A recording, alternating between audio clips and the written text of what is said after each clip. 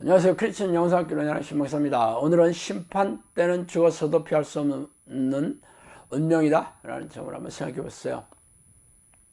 제가 로버트 프루스트가 지은 시인 가지 않는 길을 먼저 말씀드리겠습니다. 노란 숲속에 길이 두 갈래로 나섰습니다. 나는 두 길을 다 가지 못하는 것을 안타깝게 생각하면서 오랫동안 서서 한 길이 굽어 꺾여 내려간 데까지 바라다 볼 수 있는 데까지 멀리 바라다 보았습니다. 그리고 똑같이 아름다운 다른 길을 택했습니다. 그 길에는 풀이 더 있고 사람들이 걸은 자취가 적어 아마 더 걸어야 될 길이라고 나는 생각했었던 게죠. 그 길을 걸음으로 그 길도 거의 같아질 것이지만 그날 아침 두 길에는 낙엽을 밟은 자취는 없었습니다. 나는 다음 날을 위하여 한 길을 남겨뒀습니다. 길은 길에 연하여 끝없으므로 내가 다시 돌아올 것을 의심하면서 훗날에 나는 어디선가 한숨을 쉬면서 이야기할 것입니다. 숲속에 두 갈래 길이 있었다고, 나는 사람이 적게 간 길을 택하였다고, 그리고 그것 때문에 모든 것이 달라졌다고. 이 로버트 프루스트의 시는 제가 즐겨 읽는 시 중에 하나예요. 이 시의 주제를 아는 것은 그리 어렵지 않습니다. 인생의 선택의 여정이고 그 선택의 결과는 돌이킬 수 없다는 길이라는 뜻이죠. 그래서 우리는 이 시를 읽으면서 좀 더 신중하고 지혜로운 선택을 해야 할 것을 느끼고 있죠. 그렇지만 우리는 인생에서 겪는 모든 여정들이 새로운 일일 뿐입니다. 현재의 나이도 그전에는 한 번도 이 나이의 경험도 없고 살아본 적도 없죠. 학교도, 결혼 배우자도, 직장도, 사업이나 투자도 매번 새로운 일입니다. 그래서 어느 정도 지식과 경험이 쌓일 때쯤 되면 나이가 들어 아쉽게도 이 땅을 떠나야 할 때가 됩니다. 그래서 인생이 연습이 없다는 말이 실감이 나죠. 특히 인생의 중요한 선택의 기로에 설 때는 더욱 그렇습니다. 그래서 대학이나 결혼 배우자, 직장이나 직업, 자녀의 진로 등 중요한 선택을 할 때는 더욱 신중하게 고민하게 되죠. 그러나 아무리 고민을 하더라도 겪어보지 않으면 잘한 선택인지 아닌지 알 수 없는 노릇입니다. 그래서 수많은 시행착오를 겪다가 아쉬움만 가득한 채 이 땅을 떠나는 이들이 부지기수예요. 그렇지만 이 세상에서의 선택이 아무리 잘못된 것일지라도 이 땅을 떠나갈 때는 그 책임에서 자유롭게 될 것입니다. 잘난 사람이나 못난 사람도, 부자나 가난한 자도, 많이 배운 사람이나 일자 무식한 사람도 이 땅을 떠날 때는 다 내려놓고 떠나야 할 것입니다.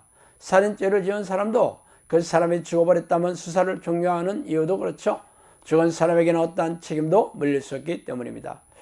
그래서 아무리 이 땅에서 잘못된 선택을 했다 하더라도 죽을 때는 그 책임에서 자유롭게 됩니다. 그러나 죽어서도 선택의 책임에 대해 자유롭지 못한 것이 딱 하나가 있어요. 바로 천국과 지옥에 대한 선택입니다. 아니, 천국과 지옥에 대한 선택은 죽었어야 비로소 그 책임 한도가 선명하게 보이게 됩니다. 세상 사람들이야 천국과 지옥 자체를 믿지 않는 선택을 했겠지만 당신은 천국과 지옥이 있음을 믿고 지옥이 아닌 천국을 선택하기 위해 예수를 믿고 교회에 나왔을 것입니다. 참 잘한 일이죠. 그러나 그 선택의 잣대가 무엇입니까? 성경에 기록된 하나님의 말씀이잖아요. 하나님의 말씀을 잣대로 천국에 갈 자격을 준수하는 사람들이 그 혜택을 입게 될 것입니다. 그러나 아이러니하게도 이렇게 중요한 결정을 다른 사람에게 그냥 맡겨두는 이들이 적지 않아요. 대부분의 크리스천들은 자신이 천국에 들어갈 수 있다고 철석같이 믿고 있어요. 그렇다면 그 근거는 무엇입니까? 설교 단상에서 말하는 담임 목사의 말씀이죠. 우리 교회에 계신 분들은 다 구원을 받았습니다. 영접 기도를 하고 주일 성수를 하면 영원히 구원받은 것이고 한번 구원을 받은 사람은 절대로 그 구원을 빼앗기지 않습니다. 등의 말투를 많이 들어보았을 것입니다. 그래서 교인들은 담임 목사의 말을 신뢰하며 자신의 천국행을 기정사실로 하고 있죠. 그러나 당신은 중요한 삶의 결정에 있어서도 그렇게 남에게 맡기고 허접스럽게 선택합니까? 고3 때의 담임이 대학을 선택해 준 대가로 그대로 따르고, 부모가 결혼 배우자를 선택하고 따르라면 그대로 결혼하고, 선배가 직장이나 직업을 결정하고 따르라면 당신은 그 말에 고분고분하게 순종합니까? 아마 아니겠죠? 물론 선생님이나 부모 그리고 선배의 결정을 덮어놓고 따르는 사람이 없을 것입니다. 그분들의 말은 진지하게 듣고 참고하되 자신이 신중하게 생각하고 결정을 할 것입니다. 왜냐하면 자신의 인생을 그분들이 대신 살아주는 게 아니기 때문이죠. 그렇다면 천국의 자격을 여러분의 교회 담임 목사가 결정해 줍니까? 절대로 아닐 것입니다. 그렇다면 그 자격은 어디에 있어요? 성경에 기록되어 있겠죠.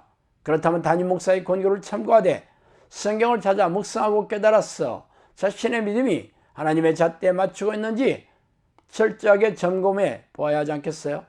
그러나 아쉽게도 자꾸만 우리네 교회 목회자들이 가르치는 천국의 자격은 성경에서 말하는 것과 판약이 다릅니다. 우리네 교회에서는 3분짜리 영접 기도를 마치고 주일 성수를 하면 구원을 기정사실하고 있지만 성경에 그런 말이 전혀 없어요. 예수님은 성령으로 거듭난 성령의 사람들만이 천국에 들어가며 자신의 죄와 죄를 부추기는 귀신과 싸워 이기는 자들만이 생명책의 이름이 기록된다고 말씀하셨습니다.